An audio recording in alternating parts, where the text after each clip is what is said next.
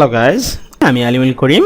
আজকের টপিক আমরা ইন্টারপ্রেটার এবং কম্পাইলার দেখব, ব্রেকআপস এন্ড ক্লোজিং দেখব, এবং আমাদের আজকের ভিডিওর স্পন্সর হচ্ছে wereviewApp.com। আমরা প্রোগ্রামাররা সাধারণত যে কোডটা লিখি সেটাকে বলে সোর্স কোড। সেটা সাধারণত মানুষের ভাষার কাছাকাছি হয়, যেটা কিনা মানুষ পড়লে বুঝতে পারে, বাট কম্পিউটার কিন্তু সেটা বুঝতে পারে না। কম্পিউটারকে সেটা বোঝানোর জন্য 0 এবং 1 এ কনভার্ট করতে হয়, যেটাকে কিনা মেশিন ভাষা অথবা বাইনারি বলা হয়। এবং যেটা কিনা আমি প্রথম ভিডিওতেই বলেছিলাম যে একটা তার দিয়ে যদি ইলেকট্রিসিটি যায়, সে সেটাকে 1 বুঝে, না গেলে সেটাকে 0 বুঝে। সো এতগুলো জিনিসকে রিপ্রেজেন্ট করার জন্য, এতগুলো 0 and 1 কে রিপ্রেজেন্ট করার জন্য তার অনেকগুলো তার দরকার, এবং এটাকে একসাথে তো অনেকগুলো তার দেওয়া পসিবল হয় না। এর জন্য সে সিকোয়েন্সিয়ালি জিনিসগুলোকে প্রসেস করে, একটার পরে একটা, একসাথে সবগুলো জিনিস প্রসেস করতে পারে না। এগুলো হচ্ছে মেইন আইডিয়া আর কি, প্রোগ্রামিংটা আসলে কীভাবে রান করে। সো আমরা যেটা হয় যে মানুষ সাধারণত এইভাবে 0 and 1 দিয়ে কোনো কিছু লিখলে বুঝতে পারতো না। সো এর জন্য যেটা করা হয় যে মানুষ হাই লেভেল লেখে, এবং হাই লেভেল লেখার পরে কম্পিউটারকে বোঝানোর জন্য একটা প্রসেসিং হয়, এবং এটা নিয়েই আমরা এই ভিডিওতে কথা বলবো। এবং আরেকটা জিনিস খুবই লক্ষণীয়, সেটা হচ্ছে যেখানে সোর্স কোডের মাঝখানে একটা গ্যাপ দেওয়া হয়েছে, এই গ্যাপটাকে আমি খুব ইম্পর্টেন্স দিই, এটাকে বলা হচ্ছে ইন্ডেন্টিং। সো আপনি যদি ইন্ডেন্টিং সম্পর্কে জানতে চান, আপনি এখানে ক্লিক করে ইন্ডেন্টিং এর ভিডিওতে চলে যেতে পারেন। এবং আরেকটা জিনিস, যারা কিনা প্রথমেই প্রোগ্রামিং শিখলে একটা প্রবলেমে পড়ে, সেটা হচ্ছে ডিবাগিং। খুব একটা ইম্পর্টেন্ট পার্ট প্রোগ্রামিং লেখার। আপনি যদি ডিবাগিং সম্পর্কে জানতে চান, এখানে ক্লিক করলে ডিবাগিং এর ভিডিওতে চলে যাবে। এবং আপনি যদি যে সিকোয়েন্স যাচ্ছে সেই সিকোয়েন্সও ফলো করেন, তাহলেও খুব ভালো করতে পারবেন, কোনো সমস্যা নেই। বাট আপনার যদি এই দুইটা জিনিস জানতে হয়, আপনি এখানে ক্লিক করে চলে যেতে পারেন। সো এই high level to low level জিনিসটা আসলে কীভাবে হয়, এই জিনিসটা দেখার জন্য আমি সবসময় বলি যে একটু রিয়েল লাইফ সিনারিওটা দেখার জন্য। লেটস সে একজন আমেরিকান গাই একজন চাইনিজ গাইয়ের সাথে কথা বলতে চায়, এবং লেটস সে আমেরিকান গাই বললো, hi, how are you. Chinese guy কোনো কিছু বুঝতে পারতেছে না, সে একটু অবাক হয়ে আছে, কথা বুঝতে পারতেছে না। এখন রিয়েল লাইফে যেটা হয় যে একজন ইন্টারপ্রেটার আসে, যে কিনা দুইটা ভাষাই খুব ভালোভাবে জানে, যাকে কিনা দোভাষীয় বলা হয়। সো রিয়েল লাইফ সিনারিওটা এখন এরকম হয় যে ইন্টারপ্রেটারকে আমেরিকান গাই বললো, হাই, হাউ আর ইউ, সে এটাকে চাইনিজে কনভার্ট করে চাইনিজ গাইকে বলবে।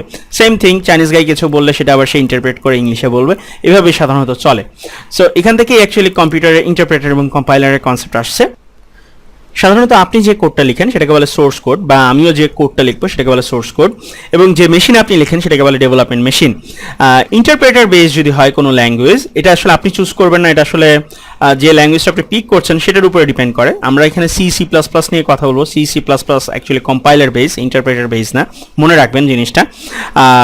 সো এটা অ্যাকচুয়ালি আপনি চুজ করবেন না, এটা যে ল্যাঙ্গুয়েজ ডেভেলপার সে অ্যাকচুয়ালি ডিসাইড করেছে, আপনার এখানে চুজ করার কিছু না, জাস্ট জানার জন্য যে জিনিসটা কীভাবে কাজ করে। সো আপনি সোর্স কোডটা লিখলেন, আপনি যদি এটাকে এখন রান করতে চান, যে মেশিনে রান করবেন সেটা সাধারণত ইউজার মেশিন হয়, বা যে আসলে জিনিসটা রান করতে চাই সেই ইউজার বা ক্লায়েন্ট। এবং যেখানে রান করে সেটাকে প্রোডাকশন মেশিনও বলে, ক্লায়েন্ট মেশিনও বলে, ইউজার মেশিনও বলে, তিনটার যে কোনো একটা হতে পারে। এবং এই সোর্স কোডটা সাধারণত আমি যেটা বলেছি হাই লেভেলে ফর্মে থাকে, এবং এটাকে সাধারণত একটা ইন্টারপ্রেটিং হয়, ম্যাজিক হ্যাপেন হয়, তারপর 0 and 1 কম্বিনেশনে চলে যায় মেশিন ভাষা, দেন ওটা হচ্ছে কম্পিউটারের মনিটরে ডিসপ্লে হয়। এখন এই ম্যাজিক হ্যাপেনটা হওয়ার জন্য আপনার কাছে একটা ইন্টারপ্রেটার থাকতে হবে, অর্থাৎ প্রত্যেকটা ইউজারের কাছে ইন্টারপ্রেটার থাকতে হবে। ইন্টারপ্রেটার নামক সফটওয়্যারটা, ইন্টারপ্রেটার একটা সফটওয়্যার, এবং প্রত্যেককে সোর্স কোডটা দিয়ে দিতে হবে, অর্থাৎ আপনি যে কোডটা লিখেছেন সেই কোডটা ইউজারকেও দিয়ে দিতে হবে, ইউজারের কাছেও সেম জিনিসটা থাকবে। এবং এক্সাম্পল হিসেবে বলা যায় যে অল ব্রাউজার, যেমন কি Google Chrome, Firefox, internet explorer, safari etcetera সব হচ্ছে ইন্টারপ্রেটার, এবং flash player, Java virtual machine etcetera. So এর কিছু প্রোজ অ্যান্ড কনস আছে, যেমন কি কনস, ফার্স্টে জিনিসটা যেহেতু রিয়েল টাইমে হয়, তাৎক্ষণিক কনভার্ট হয় প্রতিবার, এবং এর জন্য জিনিসটা একটু স্লো, এবং প্রত্যেকের কাছে ইন্টারপ্রেটার থাকতে হবে, প্রত্যেক ইউজারের কাছে ইন্টারপ্রেটার ছাড়া জিনিসটা চলবে না, এবং ইউজারকে সোর্স কোডটা দিয়ে দিতে হবে, এটা একটা খুব ডাউন সাইড, সবাই চায় না সব সোর্স কোড শেয়ার করতে, এবং লেস কস্টলি, এগুলো কিছু পজিটিভ সাইড। এবং ওপেন সোর্স, এটা একদিক থেকে চিন্তা করলে পজিটিভ সাইড, যে আপনি জানেন যে কি কোড রান করছে। আরেকটা সবচেয়ে ডাউন সাইড হচ্ছে যে আউটপুট ভ্যারি করতে পারে, কেননা এক একটা ইউজারের মেশিনে জিনিসটা ইন্টারপ্রেট হবে, তার মেশিনের অবস্থান বা সিনারিও ডিফারেন্ট হতে পারে, তার মেশিনে অনেক উল্টোপাল্টা সফটওয়্যার ইনস্টল করা থাকতে পারে, যেটার ফলে কিনা আনসার্টেন রেজাল্ট আসতে পারে ইন্টারপ্রেটিংয়ের টাইমে। অথবা আমরা আগের দিনে যেটা দেখেছি যে সবগুলো ইন্টারপ্রেটার সেম বিহেভ করে না, একটা জিনিসের অনেক ধরনের ইন্টারপ্রেটার থাকতে পারে, এবং ইন্টারপ্রেটারগুলো সেম ধরনের বিহেভ করবে না, তার জন্য যেটা হবে যে আপনি সেম রেজাল্ট পাবেন না, আউটপুট ভ্যারি করতে পারে। সো এটা একটা খুব ডাউন সাইড। সো এবার আমরা একটু কম্পাইলার দেখব। কম্পাইলারের কনসেপ্টটা হচ্ছে যে আমি সোর্স কোডটা যেখানে আছে, আমি যে মেশিনে রান করছি ডেভেলপমেন্ট মেশিনে, সেখানেই আমার কম্পাইলার থাকবে। কম্পাইলার প্রসেস করে কম্পাইল করে আমাকে 0 and 1 এর মেশিন কোডটা দিয়ে দিবে, অর্থাৎ যেটাকে ইএক্সি ফাইলও বলে।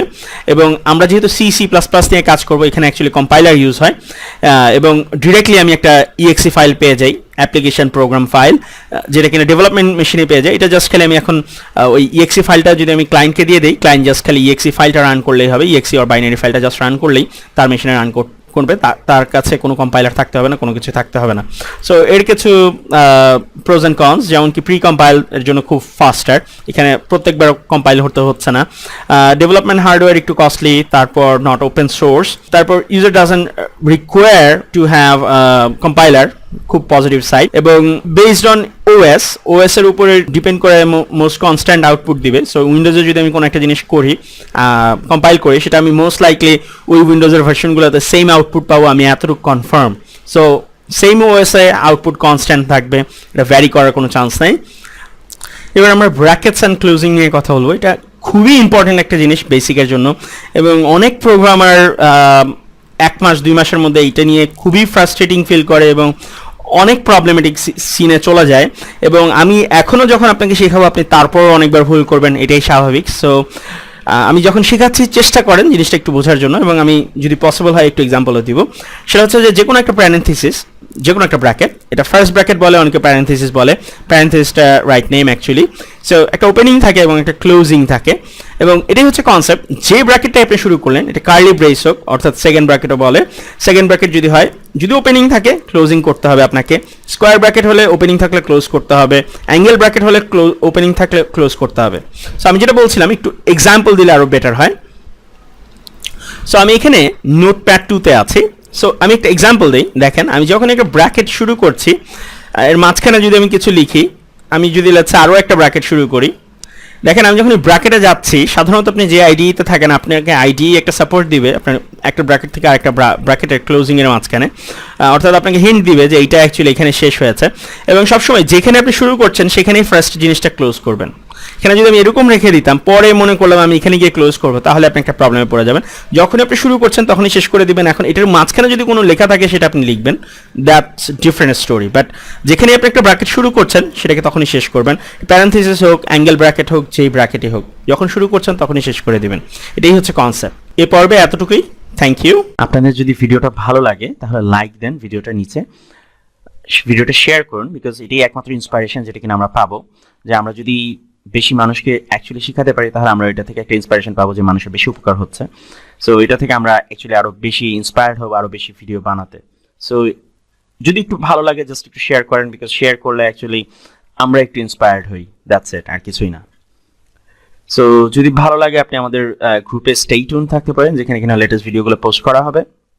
আপনাদের যদি কোনো কারণে খারাপ লাগে ডিসলাইক দেন অবশ্যই, এবং সাথে একটা কমেন্টস দেন যাতে আমরা বুঝতে পারি কেন খারাপ লাগছে এবং আমরা এটাকে বেটার করতে পারি। এবং আপনাদের যদি কোনো কোয়েশ্চেন থাকে অবশ্যই আমাকে ইমেল করেন, এটা আমাদেরকে আপনার ইমেল অথবা ফেসবুকের মাধ্যমে রিচ করতে পারেন। Thank you.